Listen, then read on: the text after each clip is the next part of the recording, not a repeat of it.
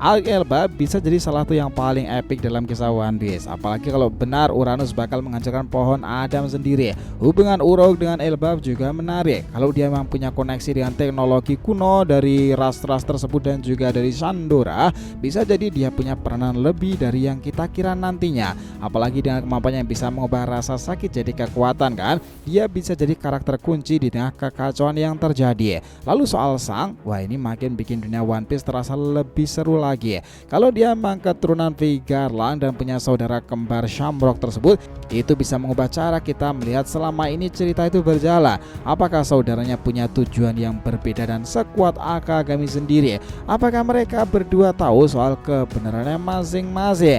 Nah, kemunculan Ksatria Suci juga makin memperjelas ya nakama betapa besar kekuatan yang dimiliki pemerintahan pusat sekarang ini. Mereka bukan cuma sekedar penguasa bayangan sendiri, tapi juga punya pasukan elit yang lebih kuat dari bahkan angkatan laut. Dalam kisah One Piece sendiri, misteri besar tuh mulai terungkapkan terkait abad kekosongan nih. Periode yang hilang dalam sejarah itu kini mulai terkuak lagi kan. Lebih dari itu nakama, teks kuno bernama Harley mengisyakan 3 dunia yang berbeda kan. Sebelum bencana besar dunia selama abad kosong itu, dunia saat ini pula, dan dunia-dunia yang akan datang. Nah, saat ini dalam setiap dunia tema tentang keserakahan manusia, penemuan teknologi, dan perjuangan untuk kebebasan terjalin dengan indah. Ketika para budak berdoa untuk pembebasan, muncul sosok legendaris yang dikenal sebagai Sang Dewa Matahari. Itu menjadi simbol harapan di tengah kegelapan sendiri. Apa yang akan terjadi ketika semua ras bersatu melawan kekuatan untuk melawan pemerintahan pusat, Im Sama, dan lain sebagainya? Ini menarik. Selamat datang teman-teman. Kita akan bahas alur cerita prediksi ini dengan Mimin di sini, Joy Boy The Library of Nika. Let's go, kita mulai ceritanya.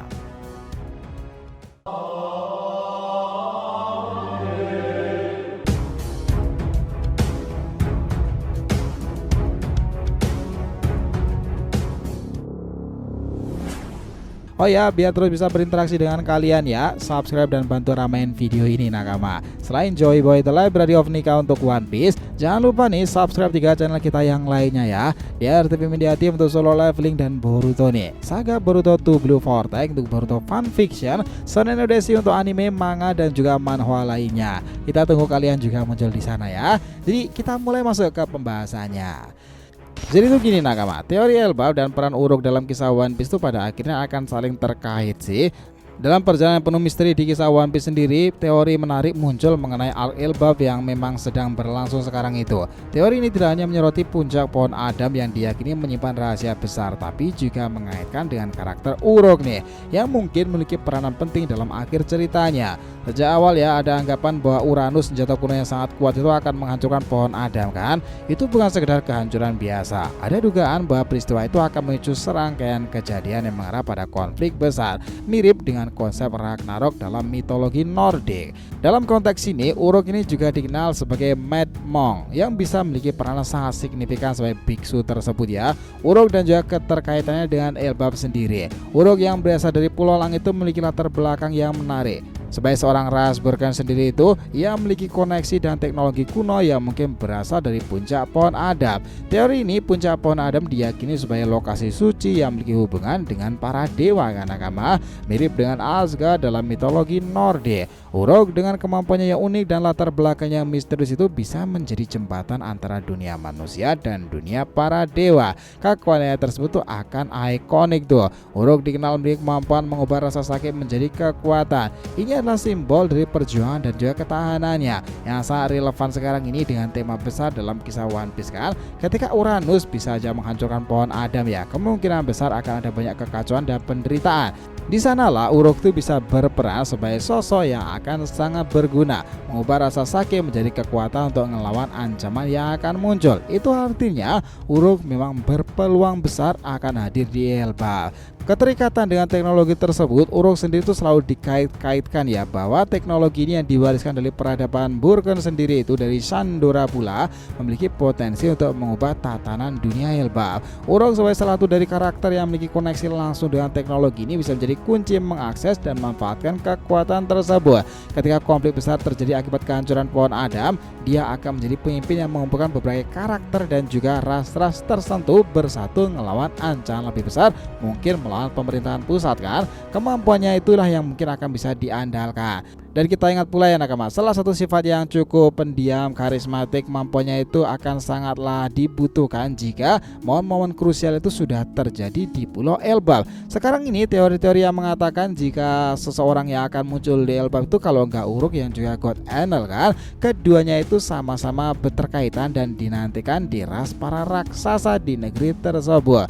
Untuk God Enel sendiri itu bakalan menarik jika dia kembali karena petirnya sendiri itu akan sangat berguna jika tema-tema petir dan api itu merupakan kelemahan dari Elbaf. Nah, kedatangan God Enel sendiri itu akan sangat berguna apalagi dia sudah membaca informasi tentang suku Tontata dan di Elbaf ada mural rahasia yang mirip dengan apa yang dilihat Enel kan. Untuk Uruk sendiri itu juga tak kalah mengesankan karena dia sendiri itu akan berguna karena salah satu dari supernova yang belum pernah muncul dalam arc besar itu ya Uruk teman-teman. Aksinya itu memang dinantikan di Elbaf.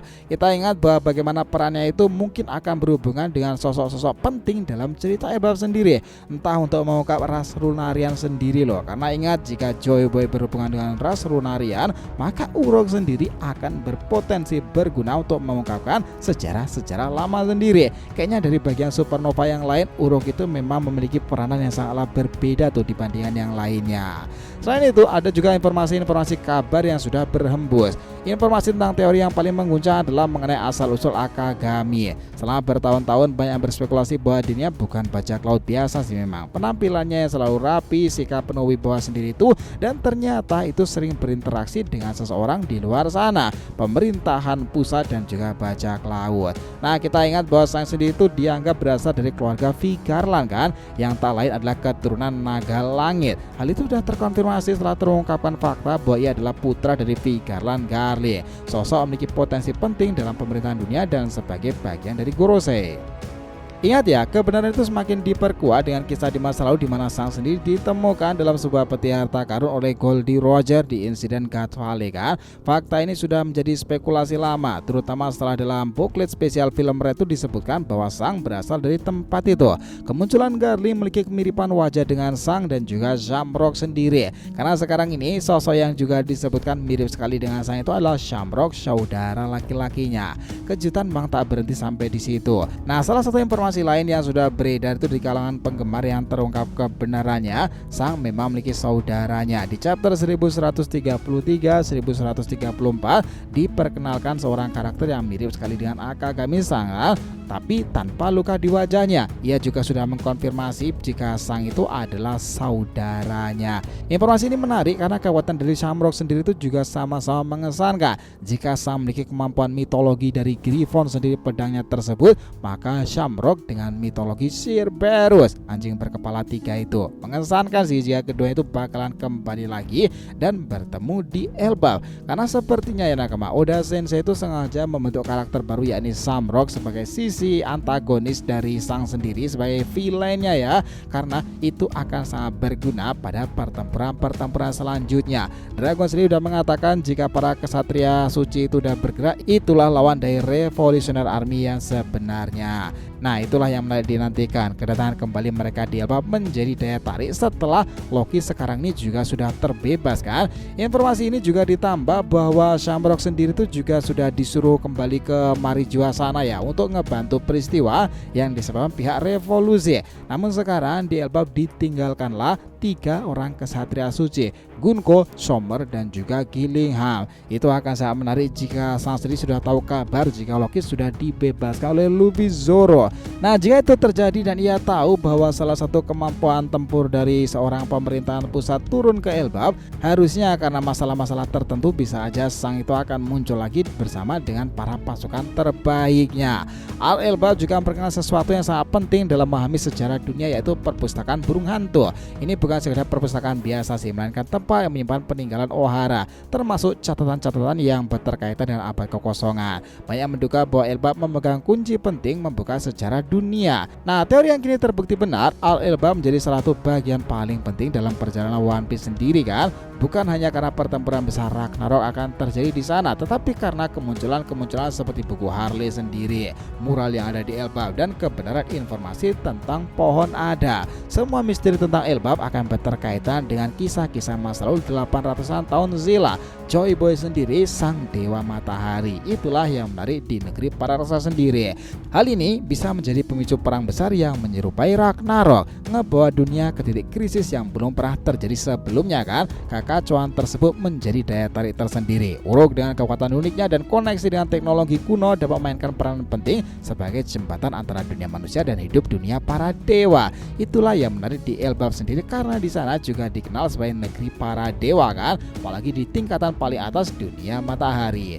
Selain itu, dunia yang sebelum periode tersebut, tantangan besar muncul karena semua informasi itu disampaikan dalam bahasa yang juga akan terkait dengan kisah-kisah referensi Elbaf. Setiap kalimat pada chapter tersebut memiliki makna dalam nih. Istilah yang digunakan sangat penting. Pengalaman bertahun-tahun dalam pelajari kisah terjemahan One Piece sendiri dan informasi misteri di dalamnya. Siapa yang tersembunyi di dalam cerita tersebut? Kita ingat bahwa salah satu karakter yang menarik perhatian kala itu selalu muncul pada cover-cover story-nya itu adalah Usopp. Usopp sendiri itu memang menarik karena dia itu terkait dan juga terikat di Wano Kuni kala itu ya, seorang agen mantan CP0 sendiri. Dia adalah sosok yang pertama kali buah iblisnya itu dibawa olehnya loh, namun sebelum direbut oleh Akagami-san. Kini sepertinya Usopp itu akan memiliki peranan-peranan menarik setelah kelompok bajak laut Beast Pirate itu juga sudah dikalahkan. Usopp yang sekarang itu akan menjadi sebuah daya tarik tersendiri karena melalui dirinya lah pengungkapan tentang sang dewa matahari Nika awal itu muncul di Wano Kuni ya nakama. Nah, itu menjadi momen terserunya di kisah One Piece. Selain itu, dalam kisah Elbaf sendiri di dunia bawah, Loki mempertanyakan Shamrock tentang kemiripannya dengan Akagami-san kala itu. Itu akan menjelaskan bahwa sang adalah saudara kembarnya lebih muda dan menyebutkan bahwa sang pernah ke Holy Land kala itu, tapi lebih milih untuk hidup di dunia yang disebut sebagai dunia bawah, yang digambarkan sebagai kotor dan juga rendahan nih. Perbedaan cara bicara antara Shamrock dan sang sangat mencolok. Shamrock terdengar angkuh dan sombong, berbeda dengan sikap sang yang lebih santai. Itu sepertinya akan menjadi daya tarik pada pengembangan kisah One Piece ke depannya. Sang menggunakan kategori informasi ore, Shamrock memiliki kata ganti yang lebih sopan dengan netral watashi. Ini menunjukkan perbedaan karakter mendalam antara sang dan Shamrock nih. Sepertinya itu akan terjadi peperangan hebat jika dua orang nanti itu akan bertemu karena mereka berterkaitan dengan Elbaf dan juga Loki kan. Kekuatan menakjubkan terjadi di Elbaf karena Shamrock telah menunjukkan kepada kita bagaimana Cerberus itu luar biasa. Ingat ya nakama bahwa kisah Cerberus sendiri itu sudah selalu masuk pada bagian-bagian Inferno atau bagian-bagian penting dalam cerita-cerita dunia bawah. Cerberus juga terkait dengan trailer bug kala itu nih, tetapi milik Shamrock itu agak lebih beda dan menakutkan. Kekuatan itu sangatlah luar biasa, mengingat Marijoa seringkali dianggap sebagai neraka kan. Sabo menyatakan bahwa dia tidak akan membayangkan neraka berada di puncak dunia sendiri. Nah, Shamrock bisa menjadi konteks yang tepat penjagaan gerbang Marijoa sendiri karena kekuatannya menakjubkan. Bukankah itu akan menarik jika terjadi duel pedang luar biasa antara Griffon Akagami dengan Shamrock Cerberusnya? Wah, itu menarik sih.